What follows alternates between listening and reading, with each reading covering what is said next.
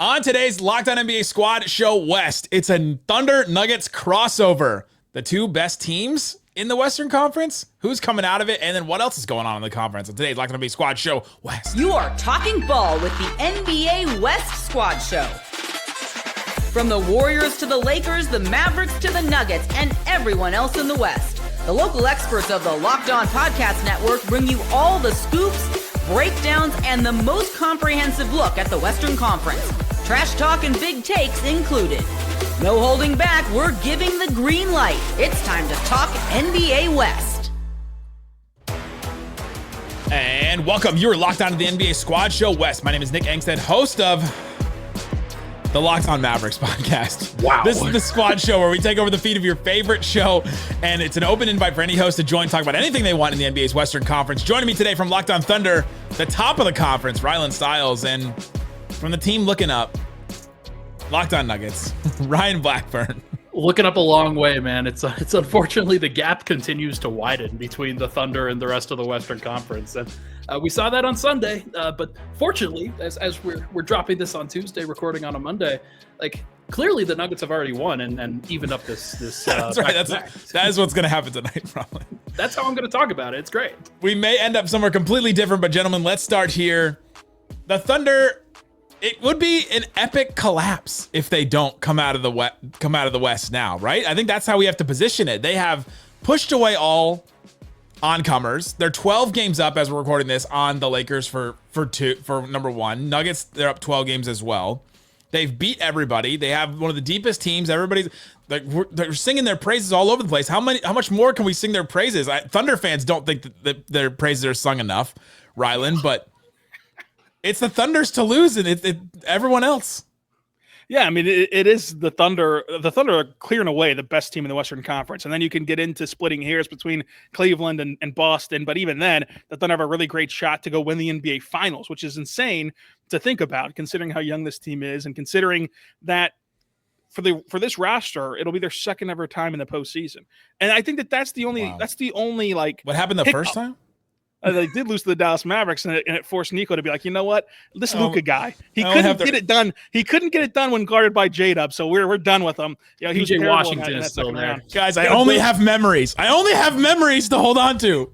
We got to build around PJ Washington, the real savior of that series for Dallas. But he's hurt too, by the way. Yeah, that's tough. That's tough. But Najee Marshall, the new hero of the Mavs now. 34-10-9, man.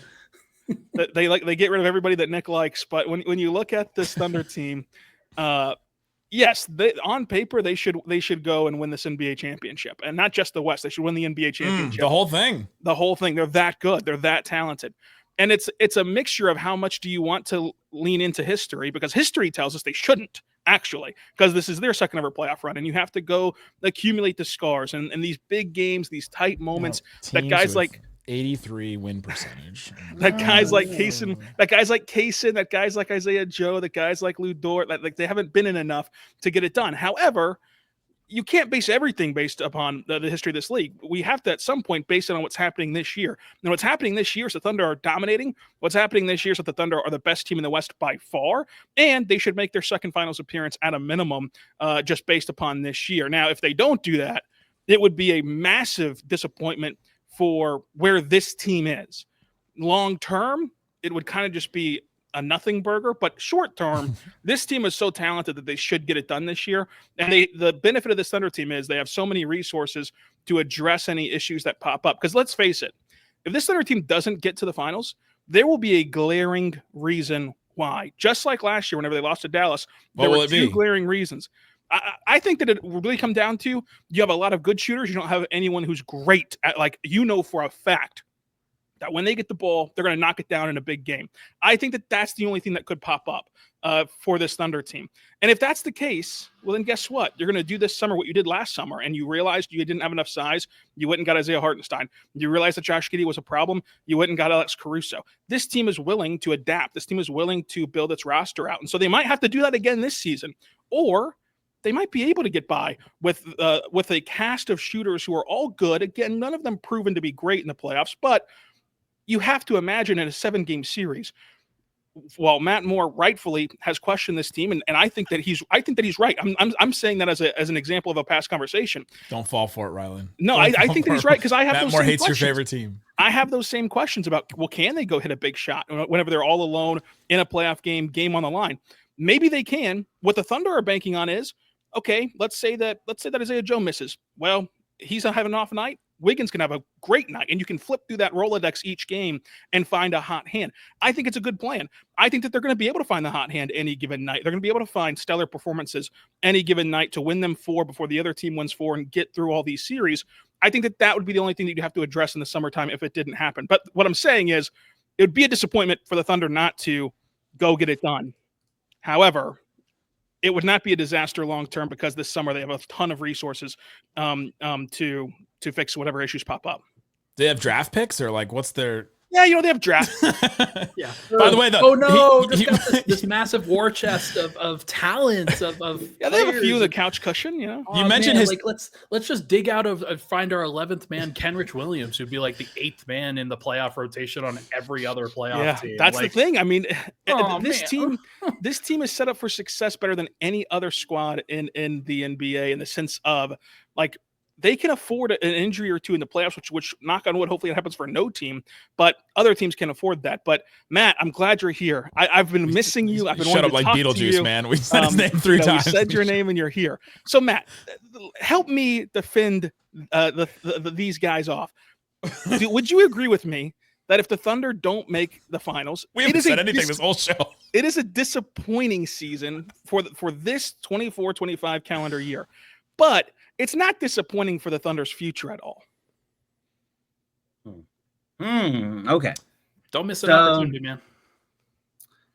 I think the standard has to be that every year that if you have the ability to win the title and you don't, that's a big deal. Because, like, even the Knicks, you have to be like, they just aren't that good. Like, I'm not going to be – you can't be, like, crushed if the Knicks don't win the title if you're a Knicks fan. Because, like, you're not that good. Thunder are that good, right? And, like, everything's gone their way. I understand that Thunder fans would be like, no, because Isaiah and Shed, we had – I get it. But, like, also – the 8th best winning percentage of all time. Like, yeah, right? And, like, everything is – and this is one of the interesting things is, like, Ryan can kind of attest to this. You can have the same pieces and it not be the same, right? The other thing is that I am of this opinion with OKC where you have to understand, like, I think Sam Presti is the best executive maybe ever. I just think he's probably like that is not based off of just it's not the pick stuff. Not the cap stuff. It's I have an outsider understanding, having visited several times and done stories on the Thunder, of what the program is like and how good it is. And something has always been in his way. Something always happens. And so it's like, I will just say that I definitely do not agree with the idea of, like, well, sure, they could lose this year, but and it's like, you got to do it. Like, you got to do the thing. You got to do the thing or it just never happens, And, like, it's not like Sam Presti's going to turn into Nico Harrison overnight, but yeah, luckily. But I hope you're watching on youtube.com/. Will I ever know peace? Will I ever know peace, gentlemen? Ever? It's the curse of the great Bambino, the curse of the great Luca. Just gonna sit here in the corner over here. I do think there's a level of, like, you got to get it done when you have that opportunity. I understand how wide open the future is for them, but it's also like so it was for the 2012 Thunder. Yeah. Like, we just after the 2012 Thunder, everyone was like, they'll be back. And we do this consistently with young teams, by the way. It's not just them. There are other teams where it's like, they'll be back. Memphis. Narrator, they were not back. And yeah. That I think is where the pressure kind of comes from. And the other problem is everything fits this year, right? Like, it all comes together and it all works and it's all together and it's all great. If you come up short and then you start being like, all right, so what change do we make? Okay. We didn't have the shooter. Let's go add the shooter. Up, nope. Start unraveling. Defense wasn't as good the next year. Okay. All right. So we need like a bigger wing. Okay, so we'll trade some of these guys and some picks, and we'll get a bigger wing. No, that didn't quite work. And so when you have this opportunity, when everything comes together, you better win. Like, you gotta win, because if you keep coming back to it time and time again, the pressure ramps up and then it just gets more difficult. The difference, though, is that if you win this one, then it's like, yeah, they might win like 3 in 5 years. Like, that's possible. That was promised to Denver. That was cool. Yeah, and Boston the very next year. I mean, cool. I kind of look at Boston as a team that the Thunder obviously are trying to obtain one. They won a championship, but it took them a little bit to obviously get over the hump, and they had to deal with the questions. And the Thunder have dealt with a question after their first shortcoming in the playoffs, and we'll see what happens in their second playoff attempt. But they do have the assets and the leader necessary from the executive level with Sam to the coaching level with Mark, and then the player level at SGA to navigate whatever happens, whether they go and actually win it, whether they only win the West, or whether they fall short of even doing that. That still should give some promise, for their future. But yes, if they don't win it this year, as clearly the best team in the Western Conference and arguably the best team in the NBA, it would be a disappointing season and a disappointing way to end. I think that if they didn't do it, though, with all of their pieces, with all of their array of ways they can play lineup-wise, whatever would stop them would be pretty clear and obvious, just like what stopped them last year was pretty clear and obvious.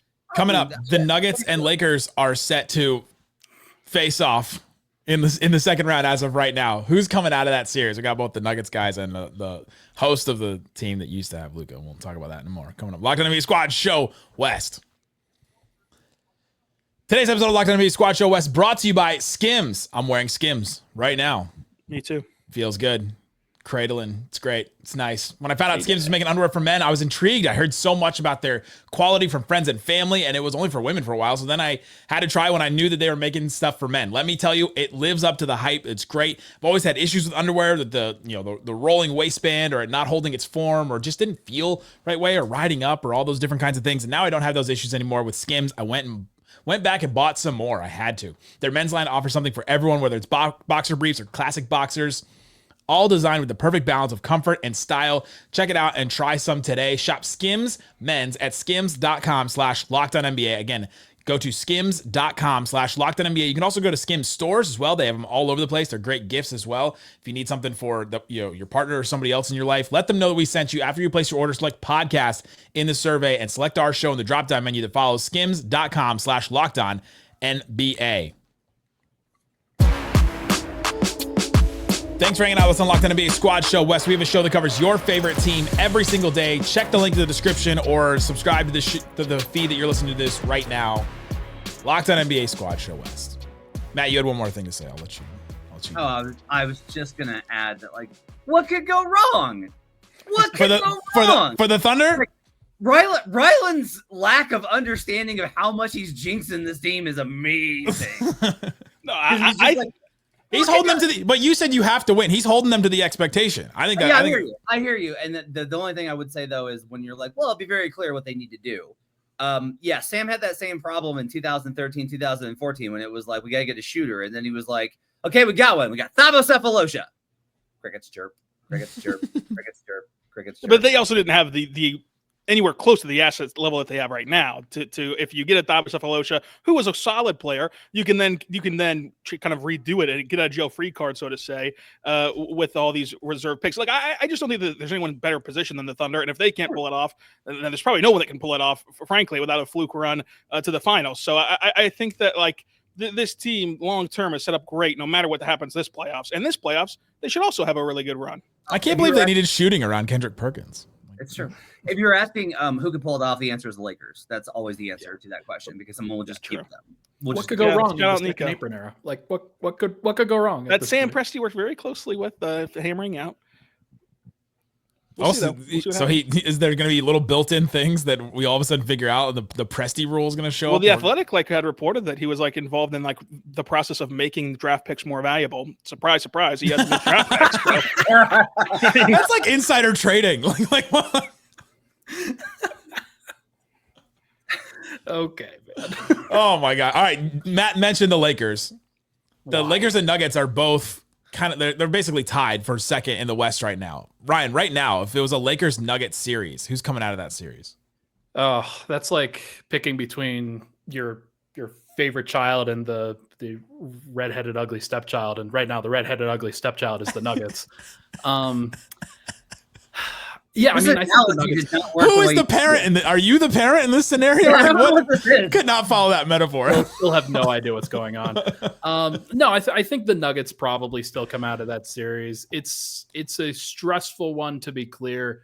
The game that they just played, of course, is going to be on everybody's minds. That was one where it was very clear that the Lakers got up for that. They spent as much time as possible to get up for that game and then crafted a perfect game plan, and lo and behold, they won. I think that Denver will have more counters to that, but you have to have enough shooting in order to break that, and Denver doesn't have that. They're going to have to be better defensively, and we still don't know whether Denver's a serious defense or not. Actually, I think we do. They're not.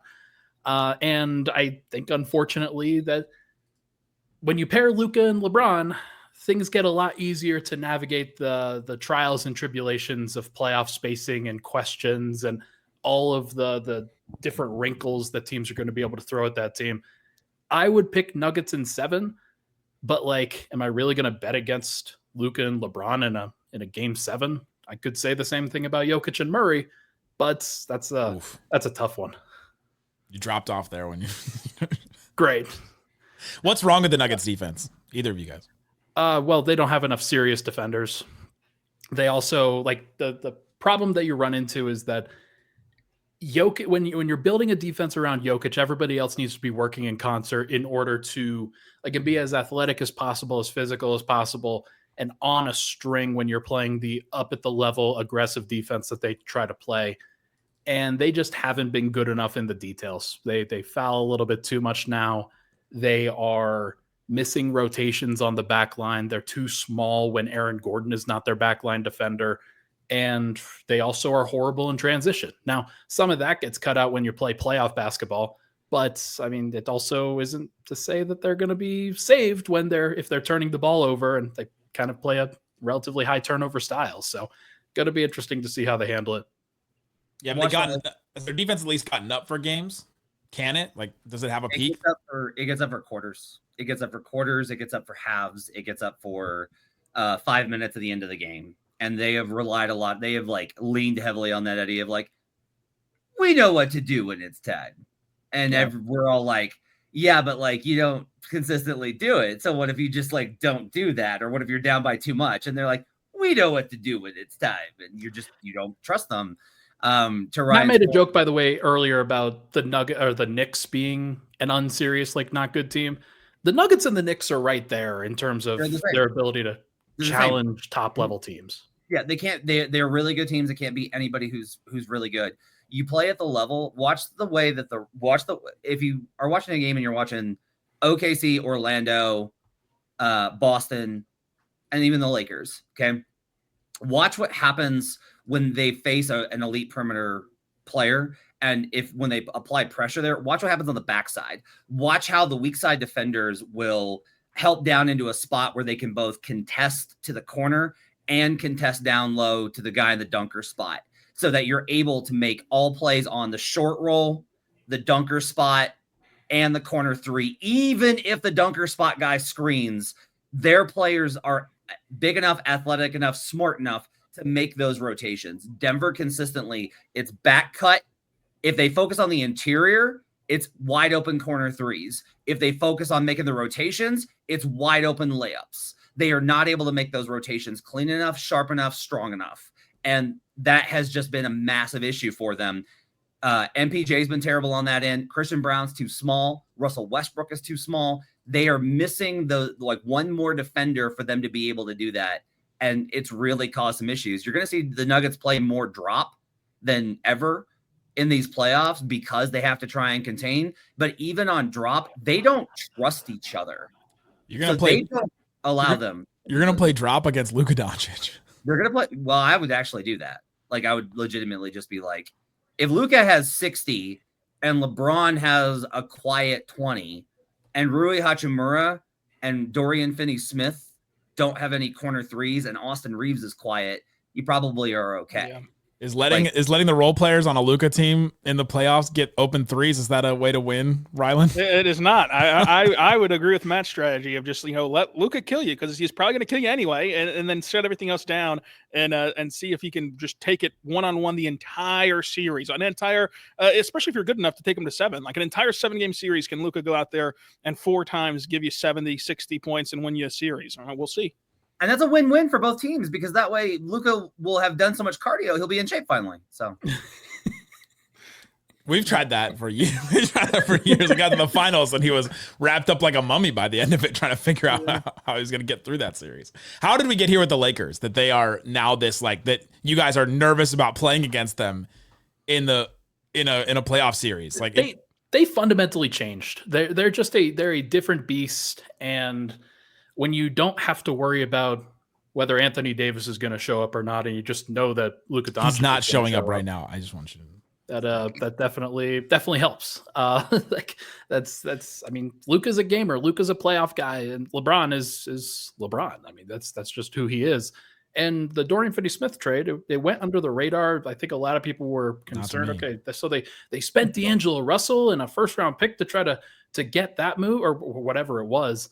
Like that seems like a pretty big overpay, and it just wasn't, because Dorian Finney-Smith is a really good basketball player and the exact kind of playoff player that you need next to 2 superstars. So they had the formula. They just needed guys that were healthy and capable at the right time, and now they don't have to worry about Anthony Davis. So on February 1st, they were 14th in point differential, and they were 28-19. They had the 12th best offense, 18th best defense. And they had climbed a long way out. Like, they were 23rd in defense for a wide part of the season. And a lot of the stuff that I pay attention to, half-court numbers, actually projected pretty well for them. They had a tough strength of schedule.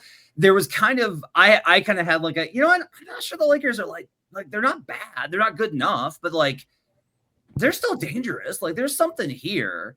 And then they did kind of just, reshape things. Getting Rui, it is funny to me that Lakers fans kind of have a level of Rui's now the guy that there's always a player on a team that everybody's yeah, I don't know about this guy, except for the Thunder, because Thunder fans are just yay, and the Raptors because they're the Who's in Whoville. Yeah. But I think with most teams there's a player that annoys everybody, and with Lakers fans, who is it? He's the Tim Hardaway Jr. Memorial roster. Yes, great point. It's kind of been Rui, but Rui's vital for all of their good lineups. He makes a lot of the stuff that they want to do work. I think they were pretty good, and then they got gifted Luka Doncic. And look, I'm captain of the Anthony Davis. Is the narrative around him is incorrect, which is not that he's a bad player, just that he's not this elite all-time top 75 guy. He's just not, and hasn't been. And there's all these numbers and stats, and I can pull you the film to show it to you. But even if we move beyond that, it just didn't work as well. Not all the numbers show that Anthony Davis just did not work as well. And this works. I don't know. Sometimes basketball's weird, man. Sometimes the Mavs make the finals when they're not very good. And sometimes Luke run. This happens. Do I still need to get, after the trade, do I still need to get mad at Matt for saying that it was a fluke run to the finals last year? I think internally I still do get mad. Nico agrees with him. Yeah, he does, apparently. I've been doing it to Mavs fans just so that they can feel something else except sad. Yeah, feel something again. Yeah, you got to do that. What are they? Is this an emotion other than anger and rage? Marriage counseling. Feeling that right here in my nervous center. Coming up, let's talk about who else are you interested in the West. We're just gonna start throwing out teams that you're interested in the West. You're what are they doing? What are you interested in? We'll talk about that and more on Locked On NBA Squad Show West. Today's episode of Locked On NBA Squad Show West brought to you by Wayfair. They got just what you need. Your home should reflect your style. Whether it's Wayfair, it's easier to with Wayfair, it's easier than ever to make that happen. Whether you're looking for a simple refresh or tackling a big home project, you can get everything you need all in one place. I recently have had a reason to drink a lot more, and so I recently bought a drink cabinet. from Wayfair. This is very true. It's not because of the trade, but I did need one, and so I bought one from Wayfair. It was great. It had the exact color that I needed. It holds all of my happy juice, everything you need after a long day of podcasting about the Dallas Mavericks. Their huge selection makes it easy to find the perfect piece, whether your space is on a budget or you have a huge space. From cozy furniture, stylish decor, kitchen essentials, and outdoor must-haves, they have all of it. Head over to wayfair.com and find something that's just your style today. That's Wayfair, WAYFAIR.com. Wayfair, every style, every home. Locked On NBA Squad Show. Wes will take over the feed of your favorite Locked On show. So subscribe, follow, rate, review wherever you are. Don't rate this show. Rate the show that is in the feed because that one's probably better than this one. Happy juice. I need it, right? I need it all the time. Do I still have it? No, I don't. All right, let's just start throwing out teams in the West. Who are you interested in? What team's making you just like cock your head and go, like, what are they doing? Mine is the Phoenix Suns. And I got to see them in person yesterday, and they have they should be in the playoffs right now. They should be a top like 6-5 team in the West right now. Just looking at their roster up and down, thinking about all the moves that they made. And they're just a disaster. Like you just can't watch that team without going, man, they have given up in some way. And I kind of don't and it looks like Kevin Durant's going to be gone. It seems like he wants out now after they were going to try to trade him during the trade deadline. Like, I don't know where that team ends up next season after they make that move. Like, what are they? I'm zagging. Stop. On this year, or like that they have a great future? On this year. I bet them to make the playoffs 10-1. Yes. Look. Is Devin Booker going to start caring again? Because it did not look like he cared at all in that game. Well, I mean, they were playing the Mavericks. Can you blame him? Like, they do play up and down. That's a good point. Yeah. They just went overtime to the Nuggets recently, right? So the Clippers look at this stretch here, okay? They're down 25 to the Clippers, and the timeline on your favorite social media feed is just like, LOL, this team is sad. This team is pathetic. And then they win. This cannot be winning. And then Kevin Durant comes in, and he has that altercation with Mike Budenholzer, leads them in the win, feeds Colin Gillespie, who has 10 points in that fourth quarter. Big, like, really big emotional story. Okay. And then afterwards, he defends Mike Budenholzer and is like, you guys don't know. Like, this is our relationship. You have no idea about me and Bud. Stands up for Bud. They go into Denver the next game, and they force overtime after trailing again by double digits. Then they go and they take care of business. It may not have been impressive, but they take care of business versus a Mavericks team. You can't scout them. How do you scout the Mavericks? Yeah. What's your scouting report? You for watch Dallas? G League games from the last couple of years. Exactly. So this sample of 3 games has legitimately bark for the Suns. Yeah. I legitimately they got dogs over there. Because Dallas is going to sound like a Thunder post-game interview. All you need is one more, and they're in like the 9, and then I'm like, yeah, like I think that I think there's something here, even if it's just for this run, and then KD's going to be gone this summer. They have the tiebreaker with the Mavs now. I mean, they're going to get that 10 spot at least. Yeah. If they can get past Sacramento, they're in a really good spot. Oof. If they can get past Sacramento? That's a sad statement. That's about as bad as it gets, man. In the East Squad show, we were talking about they should just get rid of the 10. There's just no reason to have the 10 anymore. It's so there's sad. No reason for the 9, let alone the 10 in that conference. Like, it's just Ryan doesn't think there's reason for the 6 in that conference. Has there been like ever? And he's right. The Pistons. The Pistons a great story this year. I love. Oh man, what a good story. They're fun. I'll throw out the Timberwolves because I love what Matt said on a previous West Squad show. I like what's under the hood in Minnesota. Like, forgetting the record, forgetting whatever overall stats you want to use, I like the ways that they can match up with each individual team. Not to say they're going to beat like the Thunder or the Nuggets or the Lakers or whatever, but I like the way and the lot of versatility that Chris Finch can use to match up with them, specifically against the Thunder. I like the way that they can go small with Naz Reid at the center. I like the way that they can match the Thunder's double bigs if they need to. So I just like what Minnesota's doing. I think that they're a threatening team who's not just going to be some pushover, in the Western Conference. I like Minnesota's always been. They've always been a threat. They always are. They have the capability. They've still got one of the best defensive players in the league, one of the best defensive schemes in the league based off of how they can play around Rudy Gobert. And Anthony Edwards is a playoff riser. We've seen it over and over, and he's I think graduated into a different level. If Denver were to face Minnesota in the first round, I would probably pick Minnesota. That's more about the Denver matchup specifically than it is about Minnesota, I guess. But they have the capability to do that to just about any team. And like now, would they face like would they do well against the Lakers? Probably not. I think the Lakers would actually clean their clock a little bit. Really? But Yeah, would Luka they do destroys that to Rudy OKC? Gobert. No. So Luka destroys them, but I don't know as much about that matchup compared to like the Mavericks one, right? Because the Mavericks one was like, hey, we're gonna pack the paint with all these. Yeah, they don't have as much size. Like Daniel Gafford, Derek Lively, all the PJ Washington. And instead, the Lakers are more, we're going to switch everything. Yeah. And I think Ant's a lot more comfortable in that situation. Luka would destroy them because they have no defender for him. I would legitimately. I just don't know how Minnesota would score against the Lakers. It depends on how good you think the Lakers defense is. All the data says that they're really good. I've watched them on film and they look really good. But I mean, just in a playoff setting though, when you can game plan, when you can set up, I mean, you can pack the paint with anybody. You just put bodies on there at a certain point and force them to shoot. Are they going to outshoot them? the Wolves are really good as a 3-point shooting team. They're surprisingly, shockingly great as a 3-point shooting team. Like, I'm telling you, like I said, under the hood, there's a lot to like here.